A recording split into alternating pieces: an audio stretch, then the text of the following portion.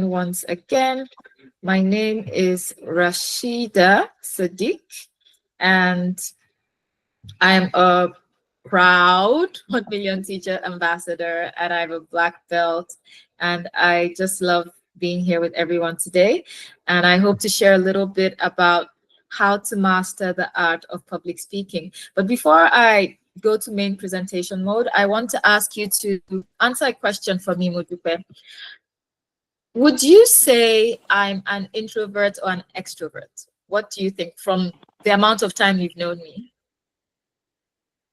I would say you're an introvert. All right, thank you, thank you. Yes, And yes. Miss Fatima, what about you? What would you say? Sorry, I Miss missed your Fatima, question. yes, ma'am. So I said, would you say I'm an introvert or an extrovert? A bit of both. All right, thank you I very much. And mean, I think the that, thing is, when yeah, you're go with ahead. people you feel comfortable with, but I'd say introvert. But when you're with, we can't see the extrovert. Yeah, but introvert generally. All right, thank you very much. And I think you're both kind of right. Most people see me as an introvert. And at a point in time in my life, I used to see myself as an extrovert. And one of the reasons, I guess, for this was that when I was younger in primary school, I was a little chatterbox. And one of my teachers would say, "Oh, Rasheedah, you talk too much." And I would say, "I know." And then I would carry on talking. And that is like a running joke in my family that I talk a lot. But at the same time, I'm not someone that talks unnecessarily. I'm not someone that, talks for the fun of it. And I think I kind of know what happened that made me more of an introvert. I wouldn't be sharing that here today. But interestingly, it had to do with the effect of a teacher in my life. A teacher turned me into a quiet person, but I won't share that today. And along the line, I was quiet throughout my secondary school. And then when I got to university, I started to find my voice again. And I've always loved talking. And personally, I'm one of those that maybe I'm gifted with talking because I am not afraid to face the crowd. And I have a way with words. I was raised reading and I have a lot of vocabulary. So I'm lucky in that regard. However, after my university days, I just realized that a time would come when I would want to talk, but I also wouldn't want to talk.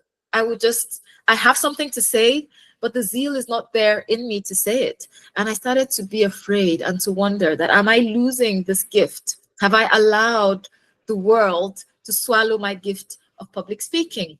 So I decided to do something about it.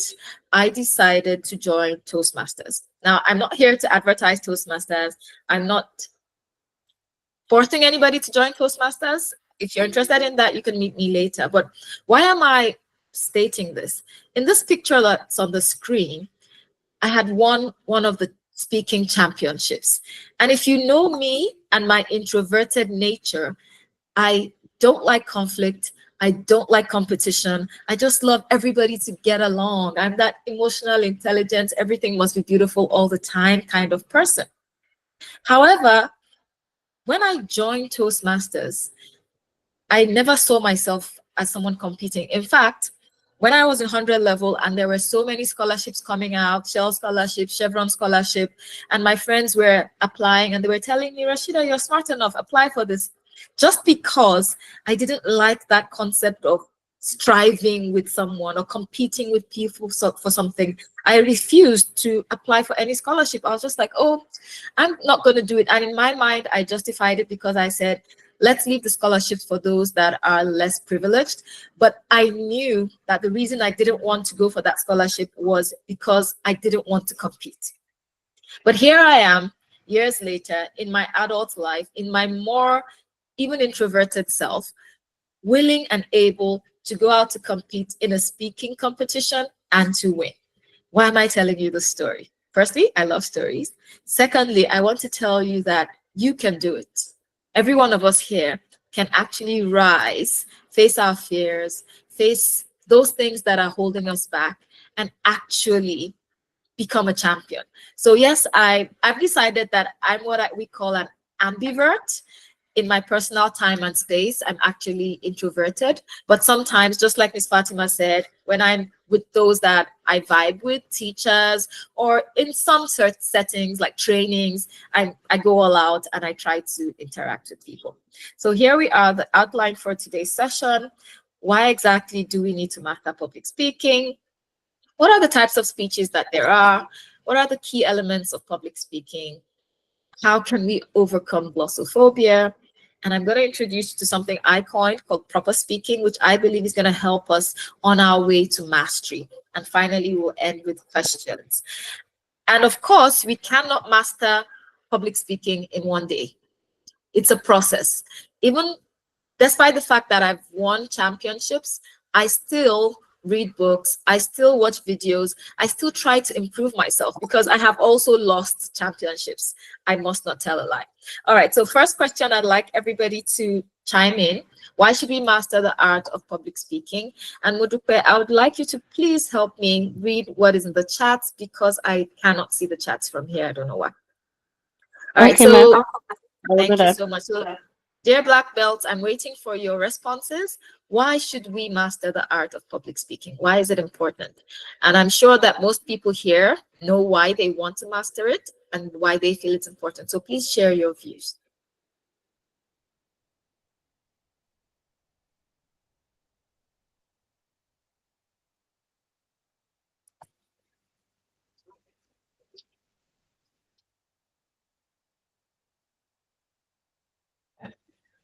All right, so some of us are not comfortable with silence. So while we're waiting, Modupe, can you tell me why you think public speaking is important? Well, I think as a teacher, we all need to have the skill of public speaking because as teachers, we stand in front of our learners. That alone, it's an art already. Standing in front of your learners to teach, it's already a way that we need to learn how to speak well and how to speak publicly. So I think it boosts our confidence as teachers, as educators. It gives us that confidence, Excellent. that boldness to be able to stand. Yeah. Yes. I think I totally agree. And just like Modupe said, we're all teachers. We speak in public all the time. But interestingly, so many times I ask a teacher to come and say something, and no, no, no, I can't. I can only speak in front of children. Why? There's some reasons, and we might look into that. So, Modupe, do I have any things in the chats? Why do people feel we should master the art of public speaking? Anything in the chats yet? Yes. We have some there. Yeah. Okay, please share some Um. of Okay. Public speaking builds self confidence, Yes. and it helps us convey messages in public. It allows you to get Perfect. your story across to a large audience. Public speaking is the doorway to every aspect of achievement in life. Then the last person said to create that confidence. To Excellent. And create that confidence. I think that's really it. We need to master the art for the purpose of the confidence. So almost everybody has something to say. And most of us even have a good way to say it. If we're talking to our spouses, our children, our students in class, our family members, we're able to be fun, exciting, entertaining, informative. But once we see strangers or a different crowd, then we lose that art that we even are almost born with. So we need to learn to find a way to master the art and to master our fears. And yes, it improves communication. It helps our personal development. It helps us with confidence. If you're able to master the art of public speaking, you're going to be a more confident person. Your self-esteem is going to rise. You're not going to be afraid to face somebody. Some of us, just something as simple as a prayer, we get scared. And these are things we do every day. We pray every day, especially as Nigerians. I know we're like one of the most prayerful people in the world. It helps us to build connections with those that you don't know, connections even with those that you know.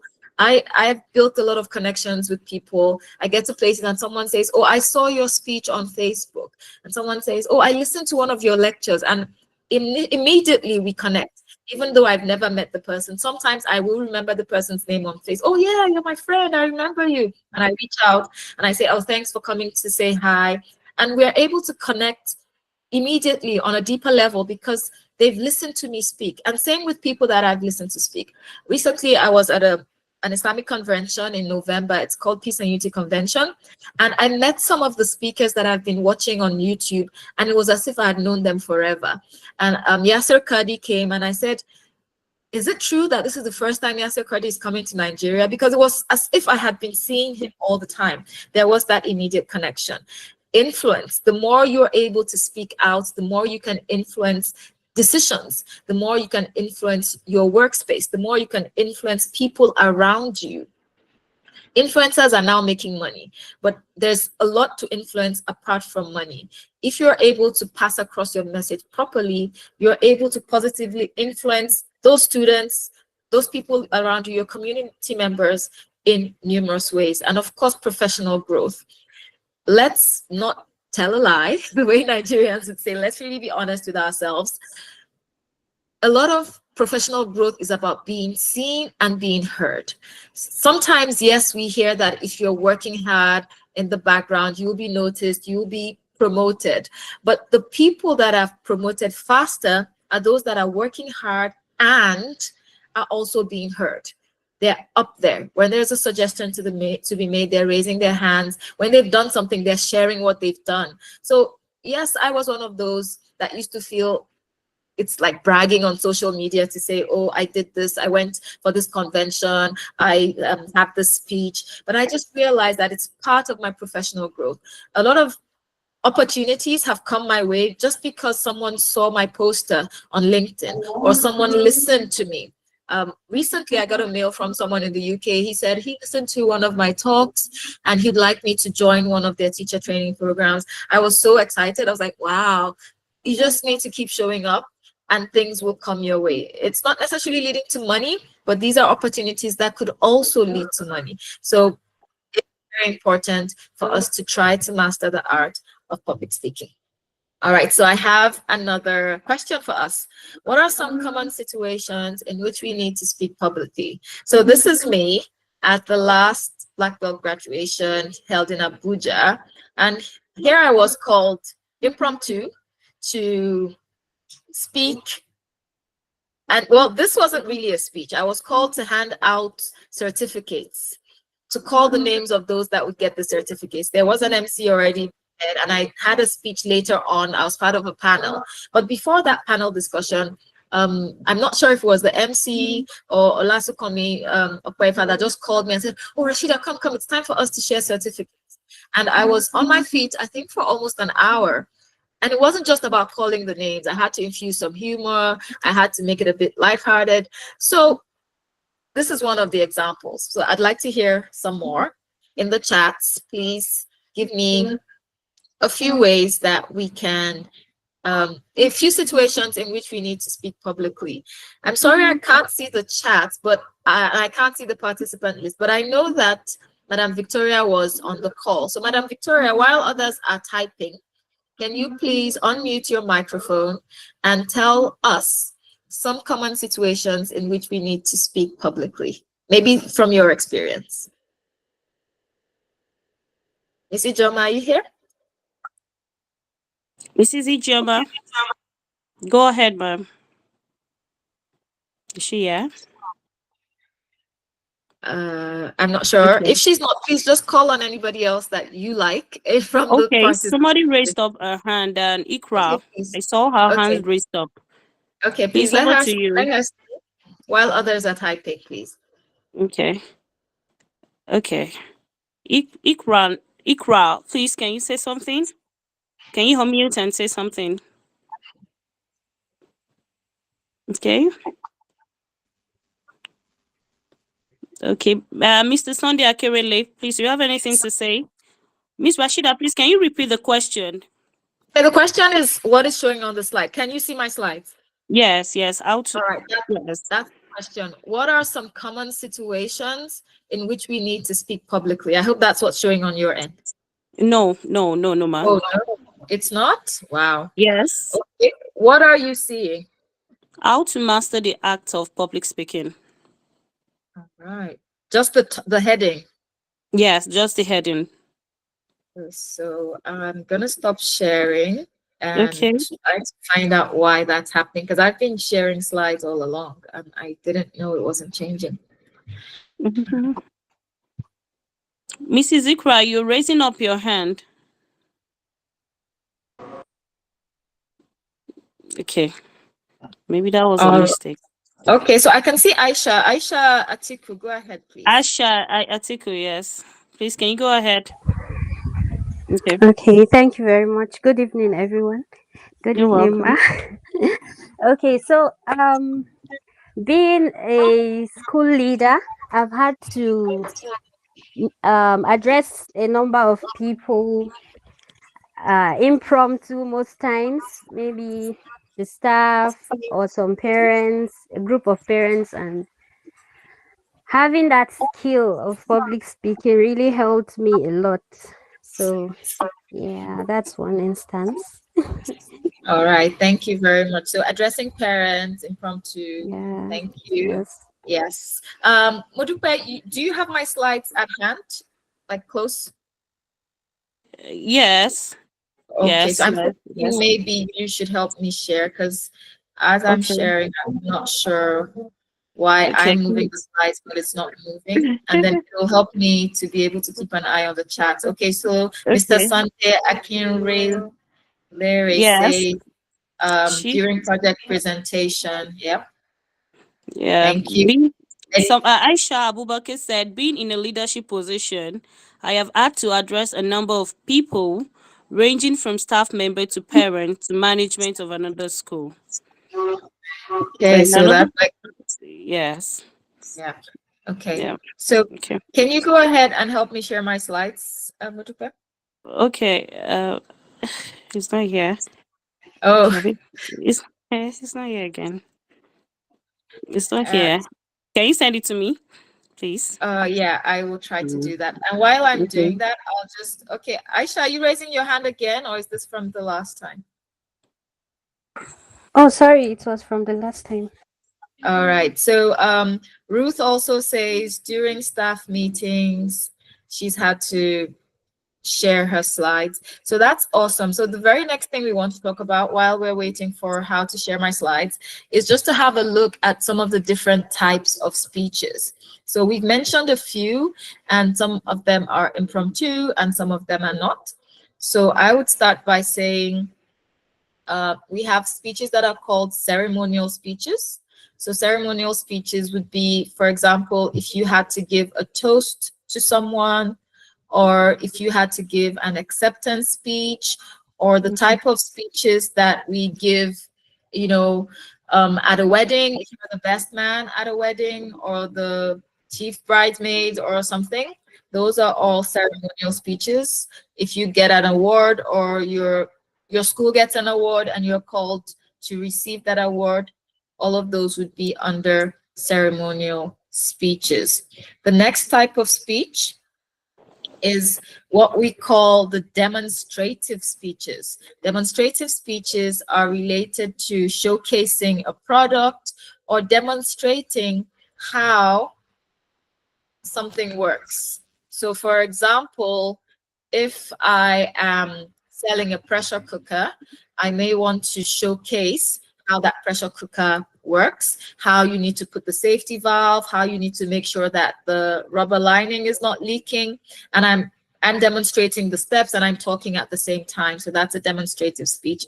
Or if we have like a fire training, and the firefighter needs to show us how to operate the fire extinguisher. So he would take us through the steps. Oh, this is the fire extinguisher, this is the nozzle, this is the handle, and when you want to put it on, you take off this, you add this. All of that are under what we call demonstrative speeches. All right, so I'm seeing some more things in the chat, and I'll just go through.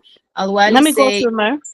Let me go through. I'm trying to open no, it. no, It's not go ahead. opening yet. Open it. Open it. I'll go through. I was asking you to help Okay. because I could see it in the past, but now I can. Yes.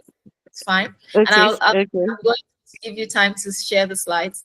Okay, so Okay. Alali says, sometimes we have to speak out when we are not in support of a particular situation. And I think that's a really, really beautiful point. As teachers, we are agents of change, and we need to be able to speak out and not bottle in. Because if we keep it in, things will keep going bad. We need to know what to say. We need to know how to say it. Because some of us, we want to talk. We're given the opportunity to talk, but we spend so much time beating around the bush that our point is lost. So that's another key aspect of mastering the art of public speaking. Madam Ijoma says, during parent teachers forums, yes, a lot of teachers need to talk, teachers meetings. I think many of us are comfortable at teachers meetings, but some people are still afraid. Yes. Fumi says during conferences and seminars, you may need to ask questions or share experience. Beautiful. And you may be called upon to actually deliver a paper or a lecture. And I'm happy with this group, Black Belts, because a lot of the people that come up here to talk to us are Black Belts. So we're giving ourselves that opportunity to speak out. And that is the best way to master the art of public speaking, to speak. Okay, Josephine cannot hear, so I believe it's a problem with her sound. I'll just type to her to check her sound. All right. So, Modupe, any progress on sharing? No, ma. It's not No hoping problem. on the side. No problem. It's not I will hoping. You try can to share. share, Yes, I'll please. try to share. But what I will do is that when I move on to another slide, I Okay. will know so that you can let me know Okay. Okay. Okay. if Okay. I can be able to move on. Okay. Okay. All right. You can go Thank ahead. you. Right. Okay. Jean-Claude has his hand up. I don't know. Jean-Claude, Yeah, you have something to say? Go ahead. yeah, I have some questions that I want to ask. Okay, can we wait until the end for the question, or is it related directly to what we're saying now? No, it's related to the art of. Sorry? Please, please, can you wait till the end of a session so we can combine all the questions together, please, because of time. Okay, Thank so you. Jean-Claude, we'll answer questions at the end, but if you think it's an urgent question, you can type it in the chat, and along the line, I will try to attend to it, okay? All right, thank you. You can go ahead, ma. Right. So we're still on types of speeches. Can you see my slide?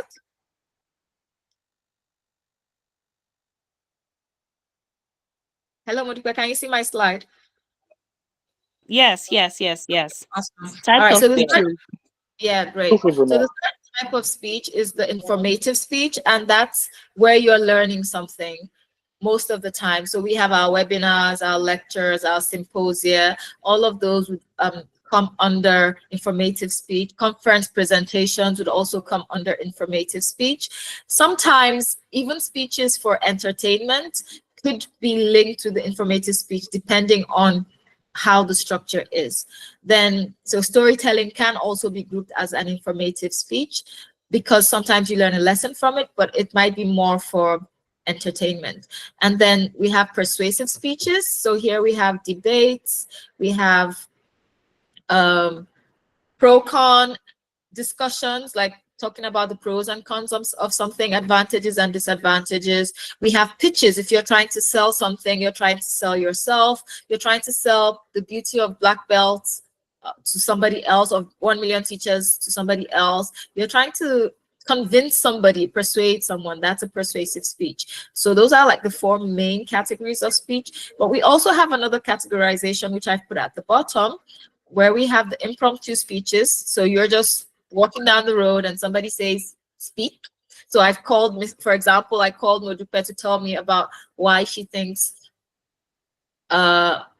mastering the art of public speaking is important. That was impromptu. I hadn't told her before now, and she was able to tell me something. So that's an impromptu speech. Then we have an extemporaneous speech, which is kind of close to impromptu, but the way extemporaneous speeches work is that you have some time to prepare.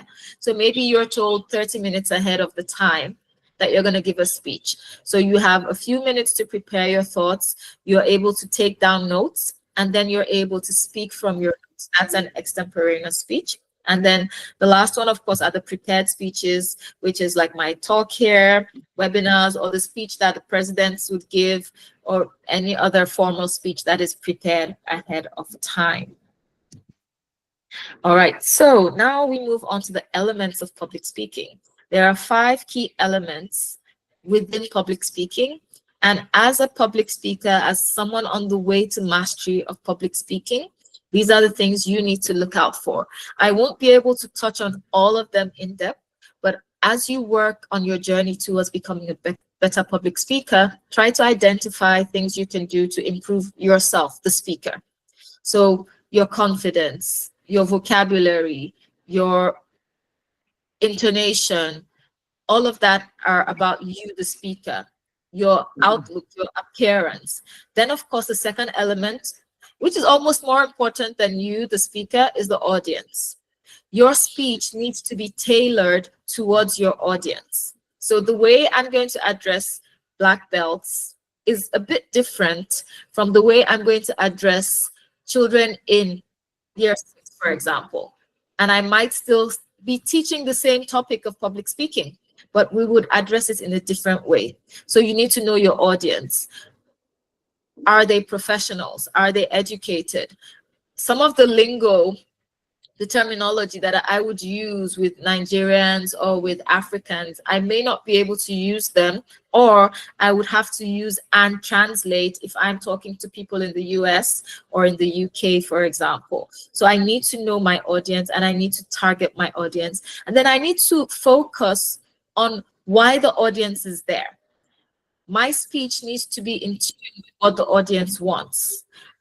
Yes, there are some things I love to talk about, but that might not be what the audience wants to hear. So I may also need to do some research beforehand about what type of audience it is and what they're coming to achieve. The next one, of course, is the main message, the content. What is it that I want to say? And then what is the context? Where am I? What time do I have? Then the medium. Is it a live meeting? The way I'm going to interact in a live meeting may be a bit different from the way I'm going to interact in an online session. The way I'm going to pass a message in a radio talk show may be different from a television talk show or a YouTube video, because I know in the radio that nobody can see me. So I may need to put in some more things that would help the audience understand and get the impact of what I'm trying to say. And the last one, of course, is my desired effect. What is the objective of the speech I am giving? Be it an impromptu speech for just 1.5 minutes, or an entire 40-minute speech or 1-hour speech like the one I'm giving today. What is the desired effect? So my desired effect, for example, at the end of today, is to motivate every teacher here to practice speaking, to give you some tools like how you can manage your voice, how you can plan your speech that can get you on your way to speaking properly. So you need to consider these 5 things, which are the core elements of public speaking. All right, so next set of questions here. Are you afraid of speaking in public, and why? I want to have an idea of our thoughts, please. So Modupa, please help me check if I have any volunteers. You let me know. And Okay. yeah, okay. Okay. Okay. Not yet. On the question you asked now. All Not right. No yet. problem. So I've tried to check the chat too. Um, So for me, I think majorly the fear is just the fear of mistakes, speaking and not speaking the right way. I think majorly is the fear. When you yeah. are afraid, timidity. Yes, I think So majorly. fear. Yeah, Halima says it depends on the audience. Can you expatiate a little bit? And I saw Alwali had his hand up. Can you unmute your mic if you want to speak? Alwali?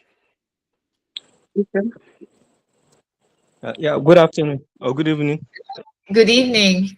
My name is Alwali from Damaturu Yobe State. My question you ask, afraid of speaking in public. I think most of us here are having this kind of issue because the problem is whenever you want to say something, it appears that everything that you want to say suddenly just disappears from your mind. So my question is, how do you deal with yes, my question is, how do you deal with that? Is it by regular training and regular exercises that you'll be able to overcome this fear? Thank All you. right, thank you very much. So yes, a lot of people have put fear in the chats, and yeah, stage fright, still fear. Okay, Ruth says she's not afraid, so that's awesome. Aisha Afraid of says, speaking. Mm. yeah. Aisha says it depends on if it's a new audience and if it's a really larger audience than she's used to, and that's kind of how it is for most people. If they're with a smaller audience, they they can talk. And I like Alwali's question about sometimes you just see the crowd and everything disappears. So Disappears. there are two reasons why that happens. First of all, is that sometimes we memorize, we cram our speeches, and the sudden air or glare of all the eyes just doesn't help you find it where you put it in your brain. So if you're very, very conversant with your topic, it's less likely to happen, but it's not always the case. For some people, they just can't even get any word out of fear, you know? So I think it's also important. We're going to look at the concept of fear, but we have to be able to face fears and know that these people are human beings just like us. And the way I see it, what is the worst that can happen? So the worst that can happen is that I trip and fall down and they laugh and I laugh with them as long as I don't get injured. Another thing that can happen is I pronounce a word wrongly and they laugh and I smile. And things like that happen. Sometimes I'm talking and maybe I haven't had food to eat and I start to trip over my words and I'm like, oh, I'm sorry. And I come back. Like, oh, I'm getting old. Now I use that a lot. I'm like, oh, I forgot I'm getting old. Can someone help me with that word? I'm trying to say, so I don't remember the exact word I want to use, but I have an idea of what I'm trying to say.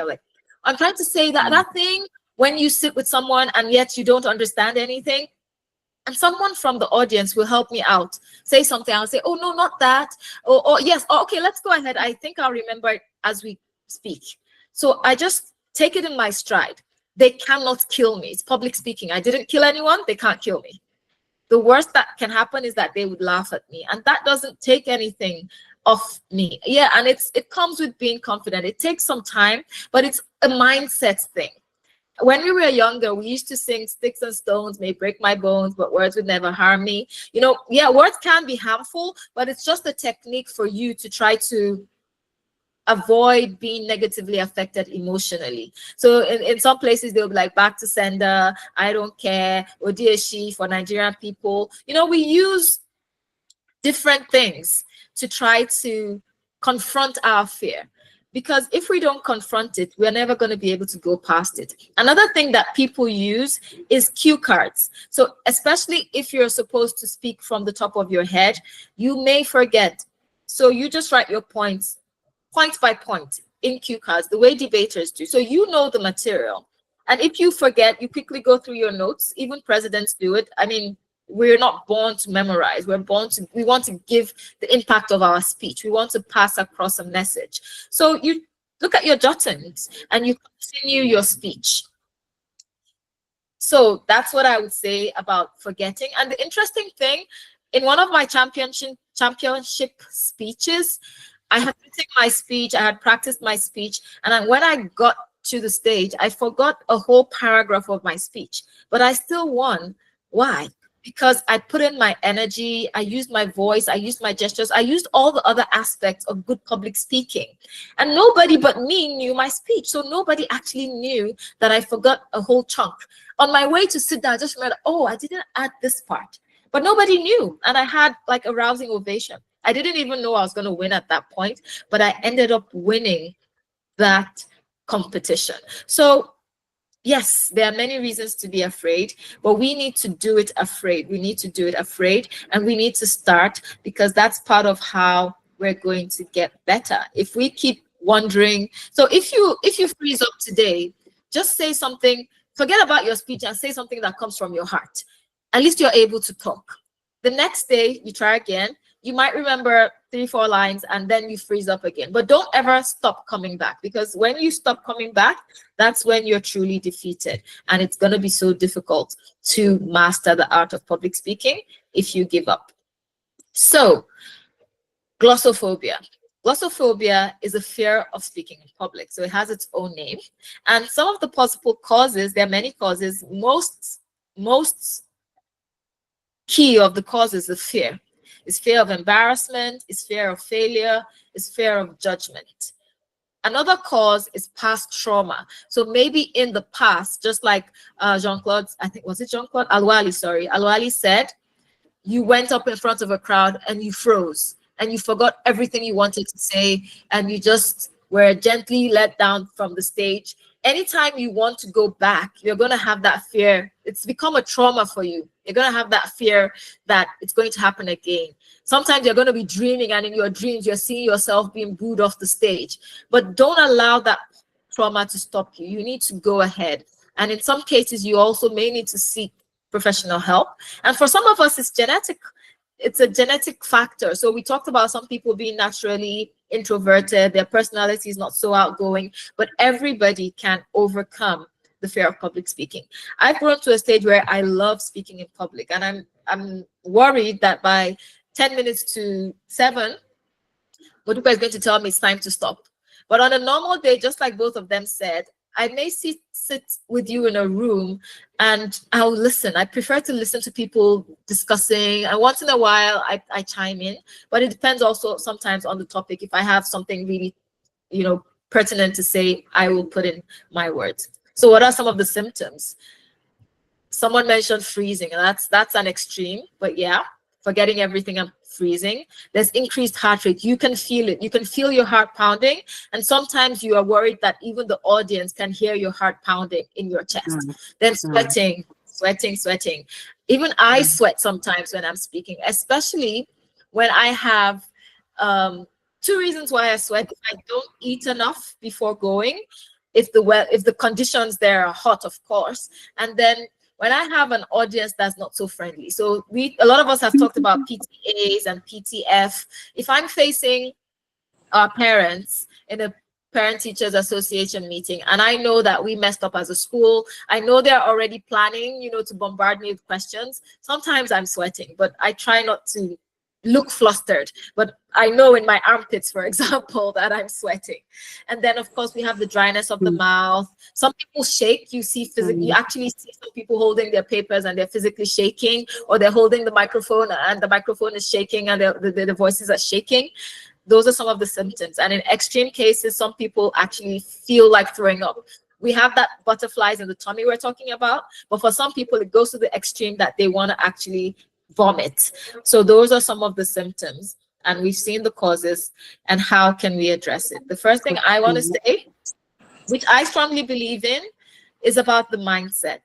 It's not as easy as it's said, but I agree with Henry Ford when he said, whether you think you can or you think you can't, you are right. So the answer is in your hands. You need to decide that I can do this. It's not going to be easy. It may not be quick, but I can do this. We all need to be ready. We need to learn. And nobody is born with it. Nobody's born with it. Some people have that gift, but then there's always the room for improvement. Even those that have the gift, they need to work on it. So what are some things that we can do to overcome? Believe in yourself. Try to handle the symptoms. So if you're one that tends to sweat, wear light clothing. Make sure there's good ventilation in the venue. So before I started today, I went to turn on my fan because I know that I may start to sweat. Also, have a bottle of water with you to deal with the dry mouth.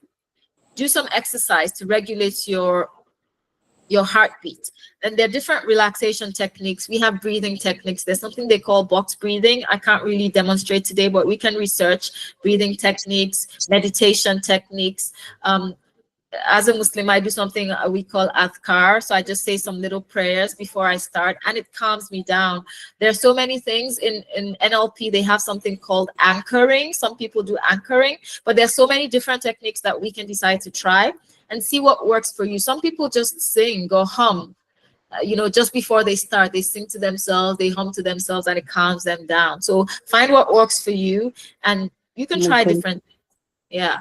And then practice, practice, practice. No matter how afraid you are, do it scared, do it afraid. Keep going, keep speaking. Visualize success. Visualize yourself at the end of a particular speech, the benefits you're going to give to people, the good and the change that will come across at the end. If you can't visualize yourself for this particular speech because you see yourself as messing up, visualize yourself 2, 3, 4 years from now, when you've mastered the art of public speaking, because you can do it.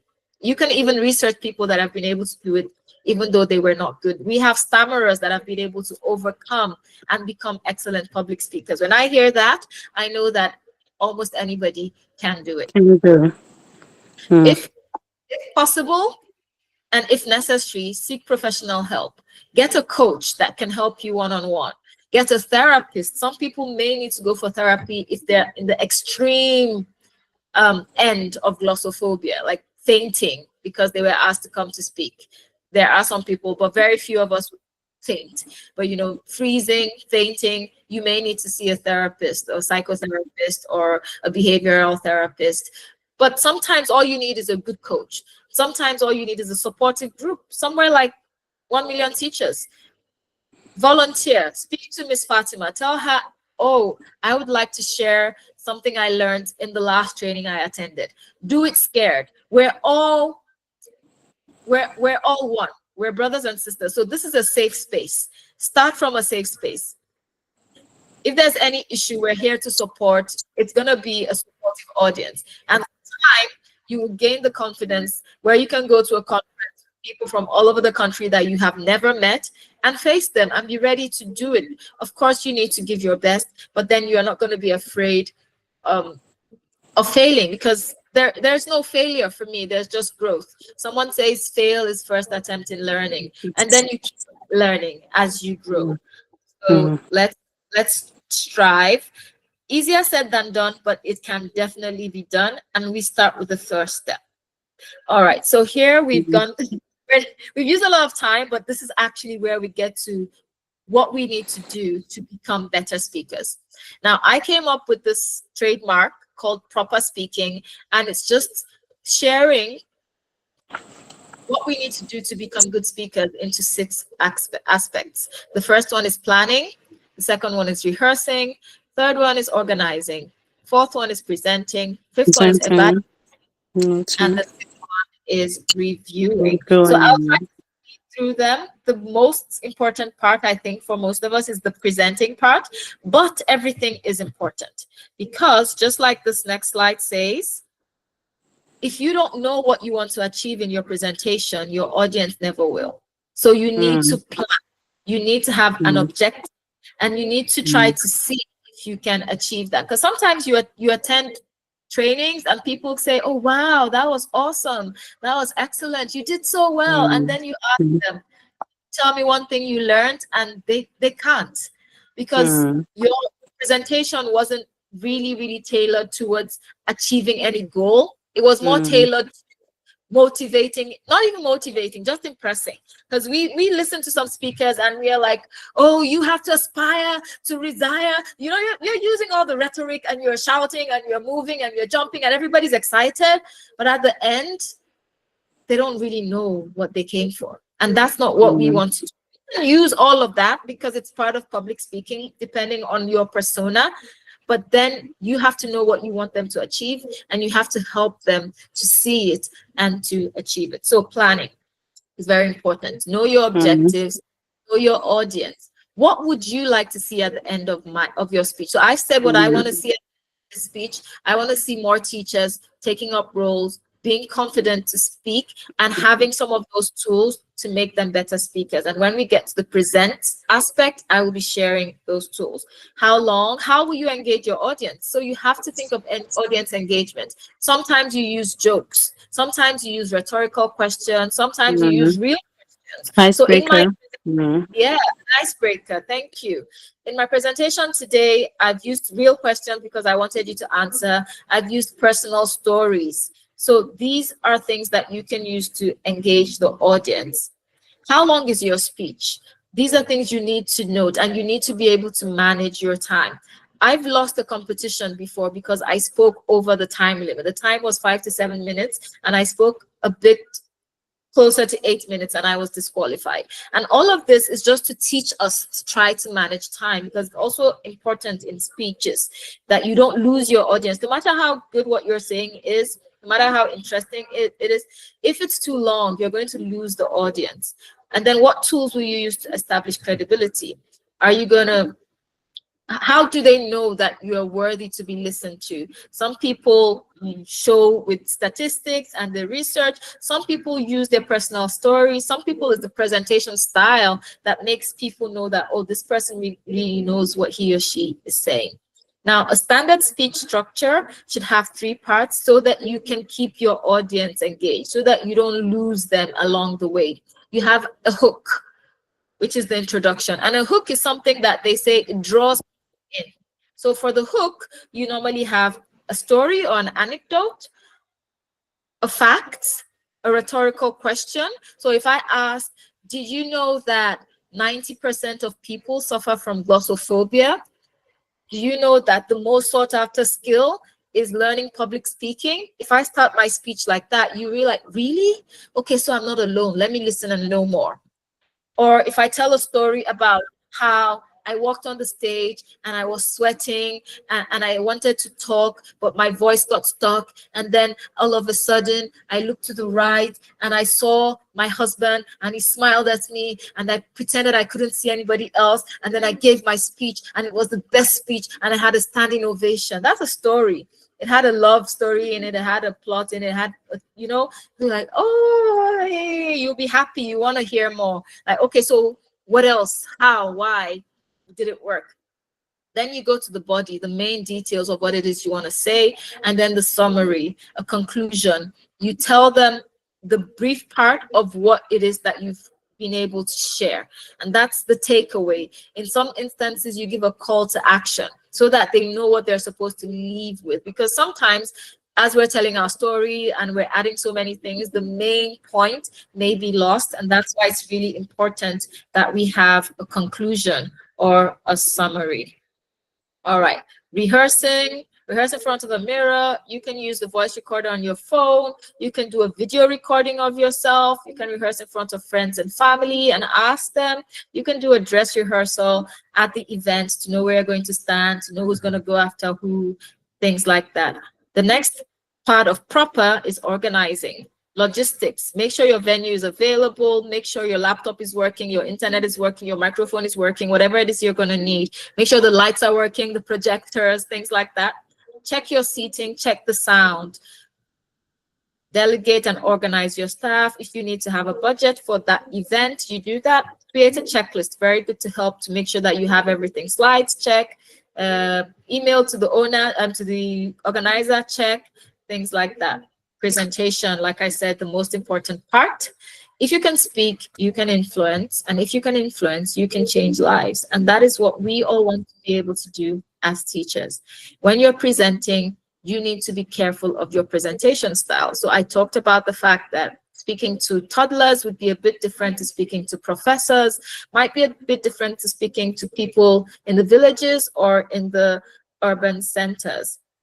Make sure that your speech follows a logical sequence. Have a through line. Let it not be all over the place. Let it be easy to follow. Engage the audience. We spoke about that already. Use appropriate vocabulary. If you're speaking to teachers, you can be using words like cognitive, pedagogical, psychomotor. But if you're speaking to parents, you talk about knowing and understanding, instruction and teaching instead of those big technical jargon. Always use an even, convincing tone and use persuasive devices. So persuasive devices are many. We may not be able to go into them today, but things like adjectives are persuasive devices. Things like tricolon, when you say she came, she saw, she conquered, is a persuasive device. So there are a number of them that we can use to make our speeches more powerful. Use strong words, use your voice. Very, very important. Make sure your voice is clear. Pace yourself, not too fast, not too slow. And sometimes you can adjust these things for effect. So I can decide to go slower and to whisper if I want to build a sense of suspense. And I can decide that I want to shout to make sure that you're getting my point, or to wake you up if I feel you're sleeping. I can use intonation. I can use pitch. I can want to talk about a child in my classroom and say, she came to me and she said, Dr. Sadiq, can I have some cake? And I said to her, no, no, no, you can't have any cake. And then the ustaz came and said, cake? Is there cake here? I want cake. So all of that is just helping your speech to be more interesting and to help you to retain. So we need to try to work on modulating our voices and having vocal variety. Intonation is a part of having a convincing speech. Another important part, some people say the most important part, is our body language. We've been told that 55% of what people get from us is from our body language, and 38% is from our voice, and 7% is from our words. And I'll give you an example. So if I say to someone, I say, thank you, that shows that I'm grateful. But if I look at someone and say, thank you, so I've said the same word, but my voice has changed. My body language has changed. That thank you, the second thank you, is sounding like sarcasm. Okay, so I'm just going through the chats and I saw that someone burst into tears. Now that can be embarrassing, but as good teachers, we can help that student to overcome that fear or that trauma, because bursting into tears is kind of a trauma, and help them get back on their feet. So body language, make sure you look confident, have a good posture, maintain eye contact. If you're online, you try to look at the camera line. So that gives the semblance of eye contact. Use your facial expressions properly, employ hand gestures, and we're going to quickly look at different types of hand gestures. I'm sorry that we have spent so much time. Descriptive gestures, these show position, movement. So if I'm talking about higher, I'm using my hands to describe. Speed or slow, emphatic gestures. So yes, all of these are emphatic gestures. Representational gestures. So I could talk about how someone chopped wood, or how someone wrote so quickly on the board, or he was climbing up to the stairs, or he threw something. Those are representational. And then prompting gestures. So I could say something like thumbs up if you agree that public speaking is important, and I do the thumbs up and immediately people start doing the thumbs up. Or if I say hands up if you've ever been embarrassed at a speaking event, and I raise my hand and others start to raise their hands too. Now if you don't raise your hand as a prompt, some people may feel too shy to do it, but once you raise your hand, sometimes it's automatic. They don't even know when they follow. So those are some types of gestures that you can use to make your speaking more powerful. Another powerful aspect of speaking is pausing. You can't afford to just talk nonstop like a machine without breaks. So when you pause, it helps your audience to assimilate what you said, to reflect. It also helps you to lay emphasis on a point. It helps you to build suspense sometimes. They wonder what's happening next. It gives you time for the audience to react. So sometimes they're laughing. It's good you pause and allow them to finish laughing before you continue. And it helps you to eliminate the use of fillers. So instead of saying, just take a pause, collect your thoughts, and continue. Finally, it can help you to regain the audience's attention. So if you notice that the room is getting too rowdy, you can just keep quiet, take a pause, and everybody's going to look up to make sure you're still there, to make sure you haven't fainted or died. All right, so finally, or semi-finally, we're going to be talking about visual aids. And because of time, I wouldn't bother to ask us for this, but we have props, we have charts, we have PowerPoint slides, we have pictures, handouts. All of these are examples of visual aids. And we need to make sure that they're relevant to the theme, that they can be seen by everyone. They're not offensive in any way, because in some instances, some things that you think are okay may be offensive to other audiences. So you need to take note of that. And it should be relatively uncomplicated, easy to understand, suitable for the audience. So a picture you would use for adults, you may not be able to use the same picture for children. And in some cases, if you use cartoons for adults, they feel that you don't respect them enough. But I love cartoons, and I use them for anybody. Then it should be easy to manipulate, especially if it's something that you need to bring in. It shouldn't be too heavy, shouldn't be dangerous. The E part of proper is evaluate. So at the end of your speech, you need to evaluate what went well, what could go better. Look at the recording, look at the video if you have one, or just in your mind, take a mental note of what went well and what could be done better next time. And then, of course, you review for also future meetings, you ask for feedback. And yeah, like I said, I don't want us to run too much over the time, but I think I've been able to cover most of the things that we need to look into to begin our journey on mastering the art of public speaking. Okay, before we go into questions, I did have a small, I don't want to call it an advert, but I think it's an advert anyway. I wrote a book called A Guide to Public Speaking. It's like a workbook where you can read some of the things I've said here and a little bit more, and you can fill it in as you plan your speech. And I have it on Seller as a fillable PDF. So if you are able to purchase it, you can keep on using it in your practice. So thank you, Mudupe. I think I'm ready for questions. Okay.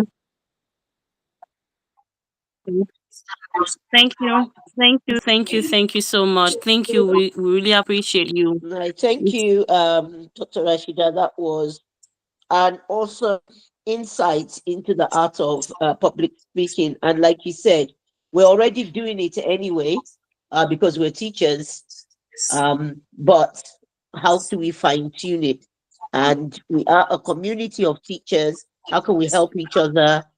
And like you said as well, just please contact me, ask me to schedule. You Really, want really, to really present a enlightening, topic. so interesting, so expository. Thank you so much. Thank you so much. Yeah. Thank you. Yeah. Yeah. Right. Also, So, yeah, go ahead. Go ahead, I ma'am. just wanted to advise people to record themselves speaking. Um, One of the things that I've been Yes. told is that I say or okay a lot, and I didn't realize until I recorded myself speaking. Another advice: stand in front of a mirror, or ask your children or your spouse or your friend to watch you and give you feedback before you go for the job interview or a public speaking event that you want to do. Yes. Please contact me. We want all black belts to be confident, growth mindset speakers. That is what we are encouraging you to do, and it might take a while, but you can do it. Yes. I don't know if Jean-Claude is still here. I know he had a question. Jean-Claude?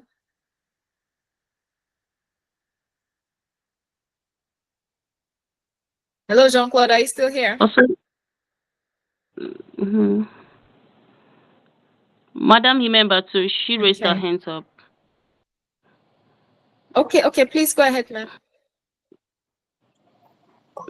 Okay, Mrs. Remember. Mr. Awadi. Yes. Good evening, everyone. Good evening. Okay, I want to thank our doctor. It's a very wonderful presentation. I've learned a lot. Actually, it's one of the issues I am having or I used to have. But we are trying to overcome, and I'm sure we are going to overcome one day.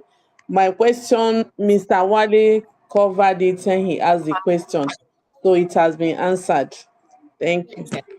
You're welcome. You're welcome. So let's just keep trying. We can start with small things, and we can also put ourselves out on social media. I know not everybody's comfortable, but that's another way that you can just from the comfort of your home before you have a big audience, you can record some things and post it. And then you can also try for live, like with Facebook Live, Instagram Live, and with time you grow in confidence. Yes, Thank you Makondo, so we much. do interact with people. You're welcome. Thank you. And I would advise that everything we have learned today, we should put them in actions. We should practice them. We should learn by arts and put them in actions. Thank you so Yes. much. If we had more time, I would have actually called a few more people to speak out. I noticed Benjamin has his hand up. Benjamin, you want to say something? Yes, I think I saw him too. Okay. Hello, Benjamin. Benjamin, do you have anything to say? Oh, Yes, good evening, everyone. okay. Good evening. I'm Benjamin from Kenya, and I Hi, had a question. Benjamin. Yeah, I have got a question.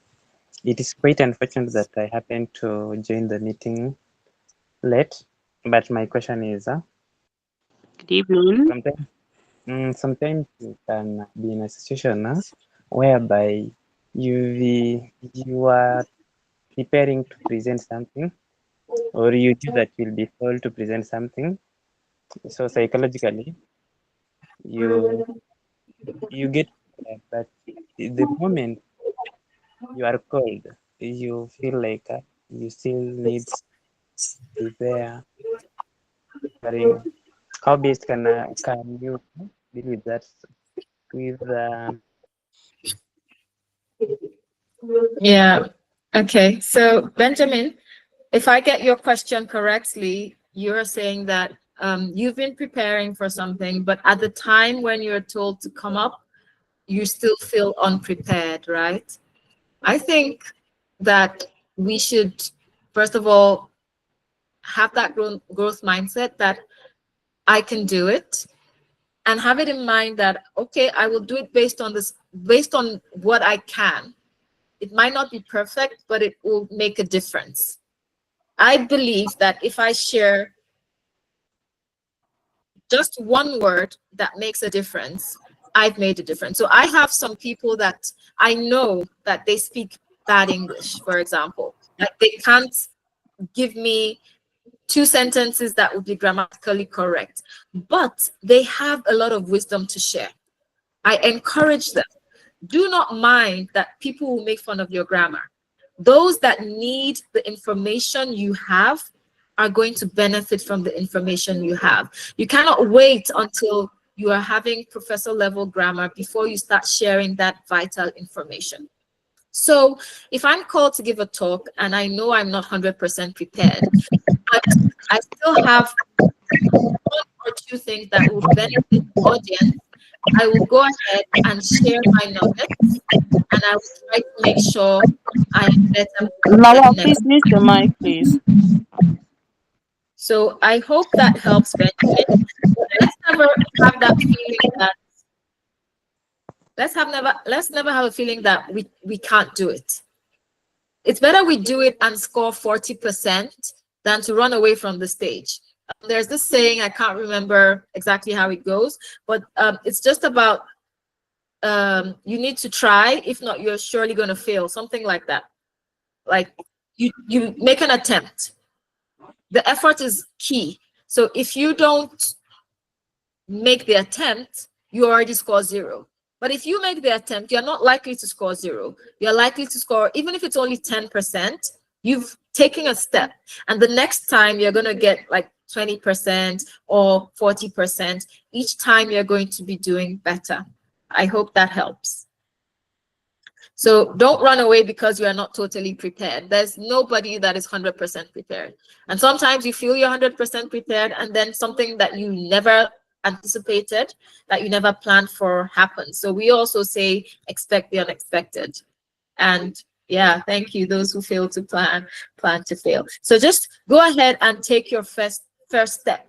That's the first step. No matter how poor it may seem, it's better than not taking any step at all. The first step Mm, is the way, is the path to progress. If you stay in the same place, mm, you're not going anywhere. Better you move okay. slow than not to move at all.